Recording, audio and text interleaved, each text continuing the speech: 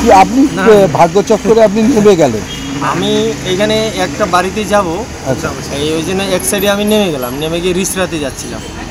তো এই তারপরে যখন ট্রেন থেকে নামলাম, রিসরাতে গেলাম হাওড়া থেকে, তখন আমি শুনছি যে এই ঘটনা, এই যে তপনবাবু খবর দিল।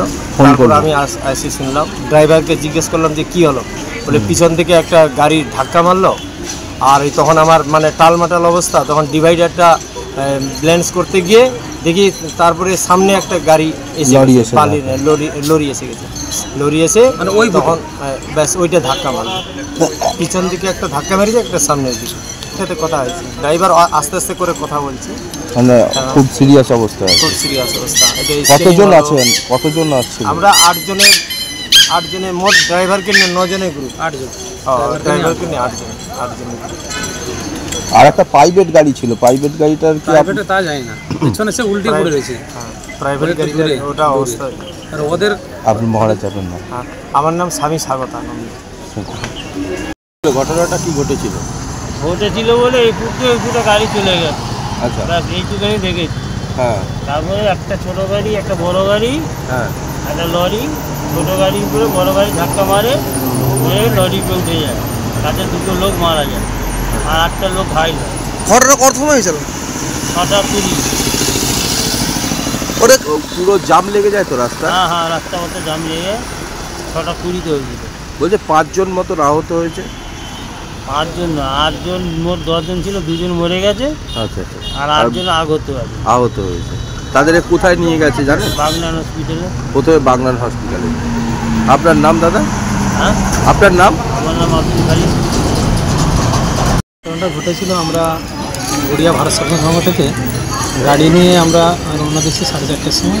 গরুমাঝে আরতি হয়ে যাওয়ার পরে আমরা যাচ্ছি মহিষাদল ভারত সেবাশ্রম সংঘে। প্রোগ্রাম আছে আমাদের, স্বামীদের সঙ্গে রয়েছে আমরা 2 জন স্বামীজি, আর আমরা 5টা ছেলে আর ড্রাইভার, 8 জন টোটাল গাড়িতে ছিলাম। গাড়ি হাইওয়ে চলছিল, ভালো স্পিডে চলছিল। আমি তো ডালার উপরে ছিলাম, সকলে আমার ছেলেরা। একজন স্বামীজি ডালার উপরে, আর একজন স্বামীজি ছিলেন লিডার স্বামী অমরানন্দজি মহারাজ, উনি গাড়ির সামনে ছিলেন ড্রাইভারের সাথে। হ্যাঁ, আরেকজন স্বামীজি যিনি দেবরা দেখেছেন স্পট ডেটে, উনি হচ্ছে শুভঙ্করানন্দ স্বামী। আর আমাদের বাসু মণ্ডল, মহিষাদলের বাড়ি, উনি আশ্রমে থাকেন, যেখানে প্রোগ্রাম হয় সব জায়গায় যান। হ্যাঁ, তো হঠাৎ দেখুন একটা ঝাঁকুনি এলো। তারপরে যখন আমি ঝাঁকুনি হয়ে যাবে, গাড়ি পাল্টি হয়ে গেছে।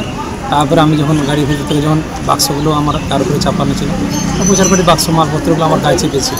তো আমি কোনোরকম ট্রেনে ওখান থেকে বেরোলাম, বেরিয়ে দেখছি সকলকে দেখি সব মাথায় ফেটে গেছে, সব পড়ে গেছে।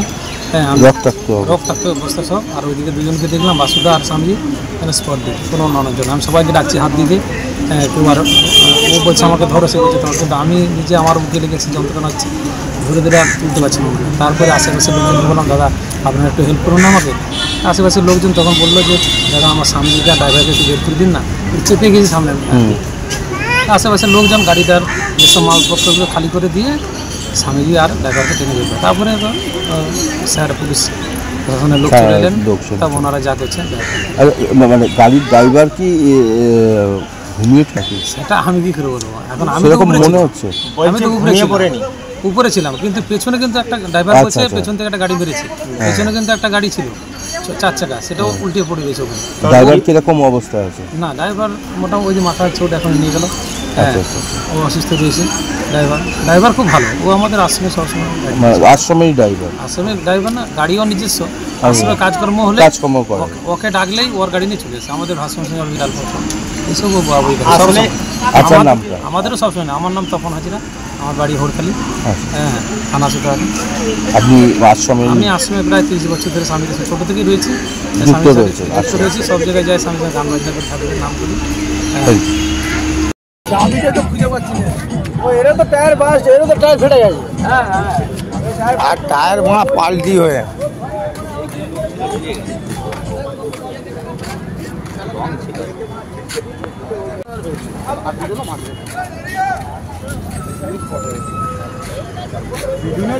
এইরকম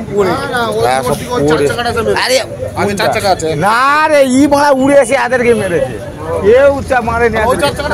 ওই 4 চাকাটা ভাড়া এদের অ্যাক্সিডেন্ট দেখে কাটিয়েছে, পাল্টি মেরেছে।